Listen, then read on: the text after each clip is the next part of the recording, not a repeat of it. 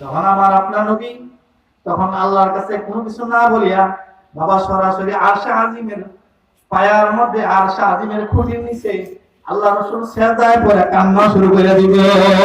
সুবহানাল্লাহ। এমন কান্না দিব বাবা চোখের পানিতে ভিজে যাবে। রাসূল যত কাঁদবো আল্লাহর রাগ তত কমবো। রাসূল কান্দে আল্লাহর রাগ কমে, রাসূল কান্দে আল্লাহর রাগ কমে। একটা পর্যায়ে আল্লাহর রাগ সরে যাইব।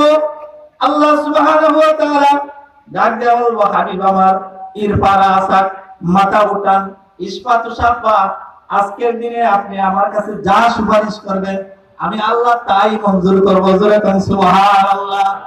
এই বাবা নবীর সুপারিশের কথা বলার পরে আল্লাহ বলবেন, এবার বিচার কার্য শুরু করো, ডাকো তোমার উম্মতদেরকে ডাকো।